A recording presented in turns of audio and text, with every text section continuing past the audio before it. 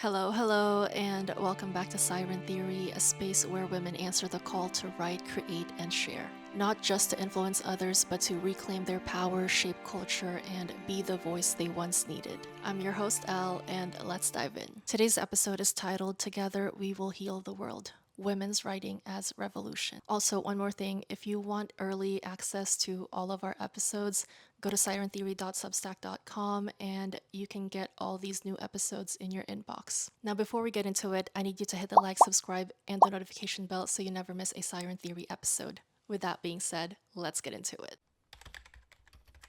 I wrote this essay because one of the main reasons why I keep writing, I keep creating, I keep publishing is because I have this plan of female world domination. And it's not a bad thing because my view of matriarchy is not oppressive like patriarchy is, and exploring how that is not necessarily a bad thing, that the rise of matriarchy is not this top down oppressive system like how patriarchy is.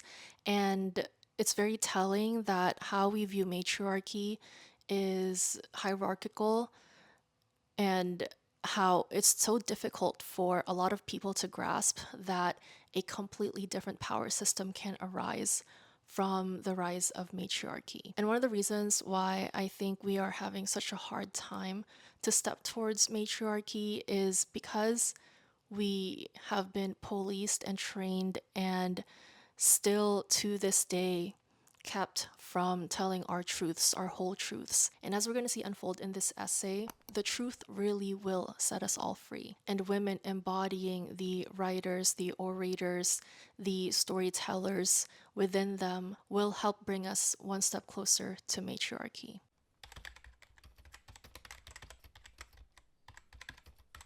Together, we will heal the world. Women's Writing as Revolution. The world is made up of stories, not atoms. Let me tell you a story. I have this one girlfriend, and she has a son. And yeah, she's a mommy. And we all would go on girl dates and have an amazing time. But whenever we would all go out, or even when we're spending time at home, the kid, it was a struggle. Okay, it was a struggle keeping up with the kid. He was always throwing tantrums, crying, kicking, screaming, and it was getting pretty unbearable until one day it all stopped. I was visiting them, and this kid was like the most well behaved child ever. He was awesome. And I asked my girlfriend, like, Did you get a new kid? Like, where'd this come from? she was like, yeah, he doesn't really throw tantrums anymore because then he can tell me what he wants and then I give it to him and that was it. And I'm like, and that interaction stayed with me because it just highlights the importance of language, how important it is to be able to express yourself and be listened to. And because you're able to express yourself and communicate your needs and your wants, a lot of the times your needs and wants are fulfilled, are met. And the bridge between you getting your needs and desires and wants met is language. In this scenario, the kid wasn't a bad kid. He was just unable to express what he wanted. And that caused a lot of frustration, not just on his part, but also on his mom's part and everyone else around him, including me. And it just made me wonder how many of us adults are in this situation. In general, yeah, we can communicate our needs and wants, our desires for the most part, but as we dive deeper into the layers of our inner world, it becomes clear that so many people are throwing adult tantrums because they are not getting their needs, wants, desires met because they are not clearly communicating their needs, desires, and wants. They say that they're fine when they're not. They say they're tired when they're actually overwhelmed, disillusioned, or burnt out. They're not tired only within that specific context. They're tired of everything in general. They're tired of this. You know what I'm talking about? So, a lot of the times we're frustrated with the little things when that little frustration is a symptom of us being frustrated or disillusioned or burnt out from the bigger picture. A lot of us, we avoid hard conversations because we don't know how to begin them. We stay in relationships, in roles, routines that no longer fit, that no longer align with us. Not because we want to stay there, but because we can't articulate why and how it all feels wrong. And without the language to verbalize exactly what is wrong, we're all living lives that we don't really want to live. And it's not because we don't care, but it's because we've never been taught how to identify and express our own truths.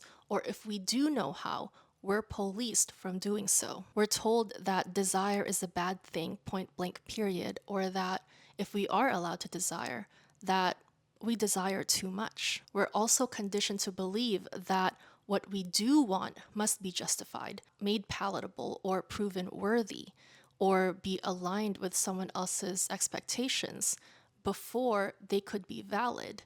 And one of the most freeing things that I have learned is that as a woman, you don't ever have to justify your needs, desires, and wants. You want them for a reason. And because we have this thing called intuition, which I know can be a problematic term because it delegitimizes women's intelligence, but can we just for once accept that women's intuition is intelligence? It's intelligence not yet fully understood. So when we as women desire, want, or need something and we cannot articulate why, or if we feel like there's something wrong in our lives and we cannot articulate why, it's our intuition that we do not yet fully understand. But sometimes we have to let go of the need to fully articulate something before we take action, especially if it has anything to do with your safety or the safety of those around you. If you feel like it's not a good situation for you, you don't need to fully articulate it before you make your escape. Okay, so letting go of that need to fully articulate is a godsend, not just to women feeling good about themselves, but also for women's safety. So, to sum it all up, a lot of us are policed from desiring, or if we are allowed to desire, we're told that we desire too much and that we are always questioned.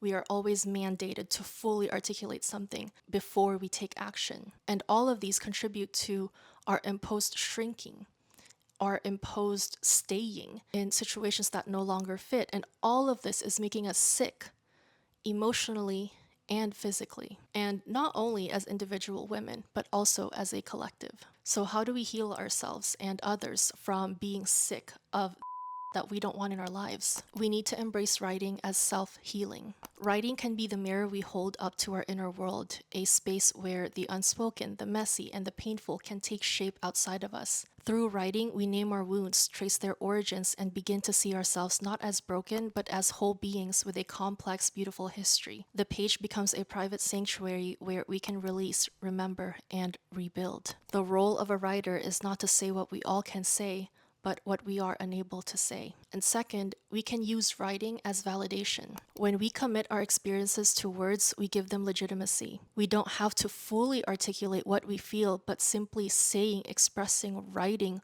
how we feel is enough. Writing says, this happened, this mattered, I matter. It's an act of self witnessing, refusing to gaslight ourselves into thinking our memories are too small, too dramatic, too inaccurate, too insignificant to be acknowledged. In the act of naming what we've lived, we grant it the dignity of record, whether or not everyone else reads it.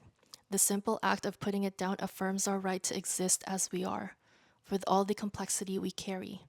This is how we become our own authority, how we stop waiting for someone else to declare the truths as valid. A word after a word after a word is power. And third is embracing writing as collective healing. When our words move beyond us, they become bridges. When shared, our personal truth shared can spark recognition in someone else, showing them that they're not alone in their experiences, thoughts, and feelings.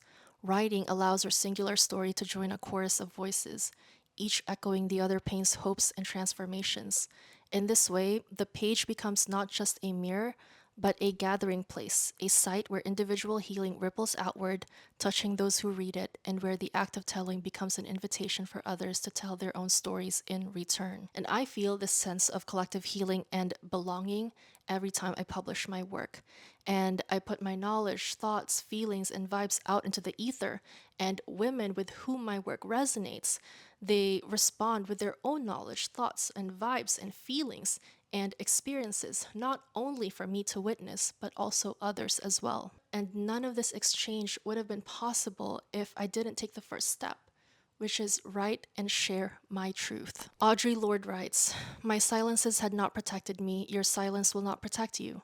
But for every real word spoken, for every attempt I had ever made to speak those truths, for which I am still seeking, I had made contact with other women while we examined the words to fit a world in which we all believed, bridging our differences. And number 4, writing as revolution. Adrienne Rich writes, I believe increasingly that only the willingness to share private and sometimes painful experience can enable women to create a collective description of the world which will be truly ours. These words speak to the core of why women's writing is not merely art, it is insurgency, it is revolution. For centuries, the private lives of women have been treated as trivial, shameful, or unworthy of public record. When we write them down, we transform the personal into the collective, mapping our interior landscapes so that they can no longer be ignored or rewritten by others. Every page becomes an act of reclamation, a refusal to be spoken over, a brick laid in the foundation of a world authored in our own voices. Writing is how we remember, how we resist, and how we imagine something better.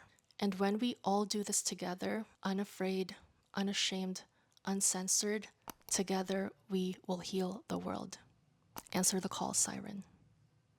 And if you like today's episode, don't forget to hit the like, subscribe, and the notification bell so you never miss a Siren Theory episode. And if you are starting your Siren journey, answering the call, sharing your vibes, thoughts, and knowledge with others, I created a free one-day branding kit to help you create a beautiful, cohesive brand that reflects your philosophy. That's all I have for you today. I just want to let you know that you can turn your ideas into influence, share your thoughts, vibes, and knowledge with others by answering the call. And together, we will heal the world.